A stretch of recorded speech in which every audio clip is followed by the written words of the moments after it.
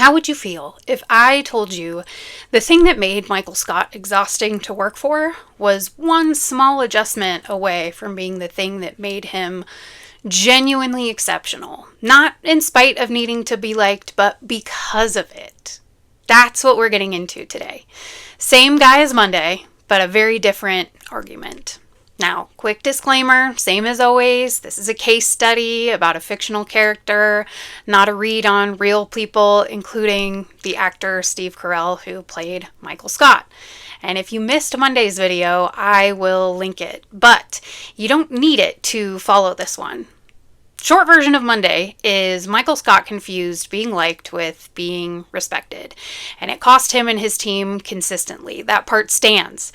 What I want to look at today is the part just underneath that, because the need to be liked wasn't the actual problem, I don't think. It's what he did with it that was the problem. So here's the thesis. The need to be liked is one of the most powerful raw materials that a leader can have. It means that you are wired for connection, right? For reading the room, for caring about whether or not people feel seen. Those are genuinely rare things in leadership. Just look around, right? Michael had all of that. He just never learned to aim it. So instead of becoming a superpower, it became a liability. And the gap between those two outcomes is a lot smaller than most people think.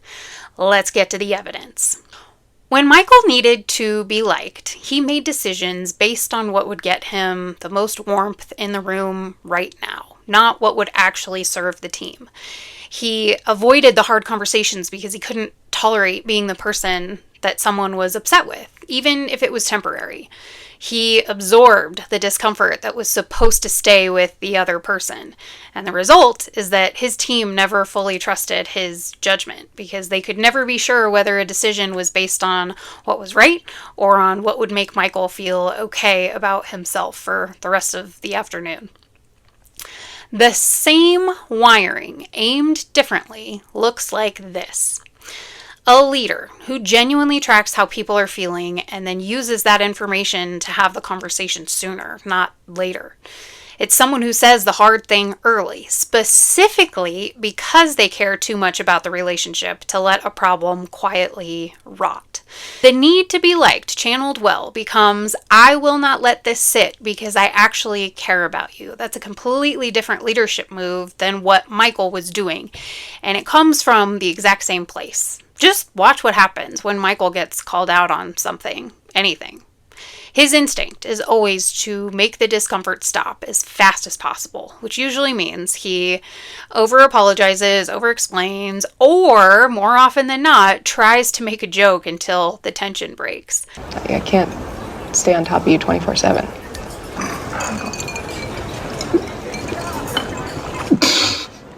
A leader who's learned to use that same sensitivity differently would do the opposite. They would sit in the discomfort, not because they enjoy it, but because they care enough about the outcome to not short circuit the process. That's the fork. Same feeling, same wiring. One version runs from the discomfort, but the other uses the feeling as the signal that something important is happening that deserves their full attention.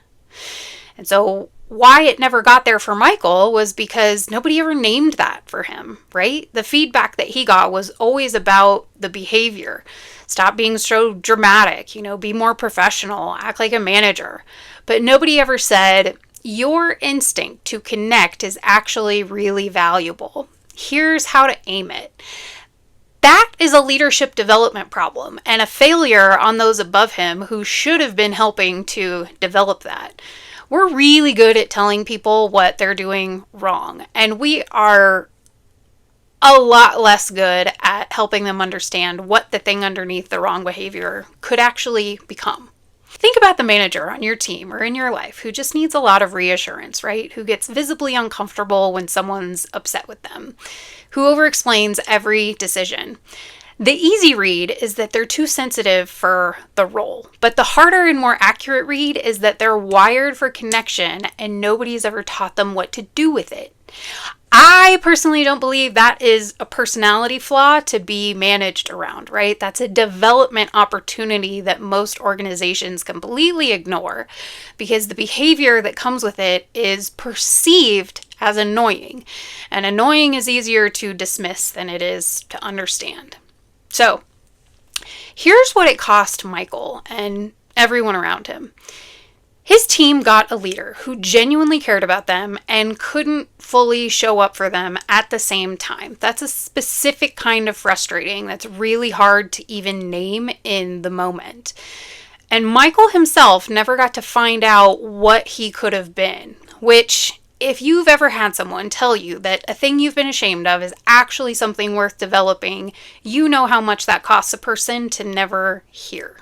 So, 5 things worth sitting with. Number 1, the need to be liked is a signal, not a defect. What you do with the signal is the whole game. Number 2, when the instinct to connect gets aimed at managing your own discomfort instead of serving the other person, it flips from asset to liability, and that direction matters more than the instinct.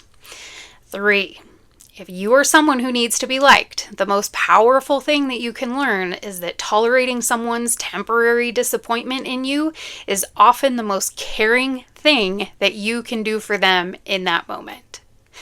4, if you manage someone whose need to be liked is getting in their way, telling them to stop being so sensitive is not helpful or responsible feedback. It's just a whole lot of noise. The useful conversation is about what that instinct could become. Situation, behavior, impact, how it can be done differently. That's my formula. And number 5, none of this is accessible until someone names it. Michael never had that conversation. Maybe you have, or maybe you are the person who needs to have it with someone on your team. So, here's the question that I want to leave you with. Is there something about the way that you lead or the way someone you work with leads that gets labeled as a flaw, but might actually be something worth developing instead of managing around? Drop it in the comments. I genuinely want to know what comes up for you on this one. And if you haven't seen Monday's case study on Michael Scott, that's the full breakdown this video is sort of building around. Next and final one drops later this week. And it's the one that I think is going to hit the hardest out of the 3. So subscribe so you can catch it. As always, I will see you in the next one.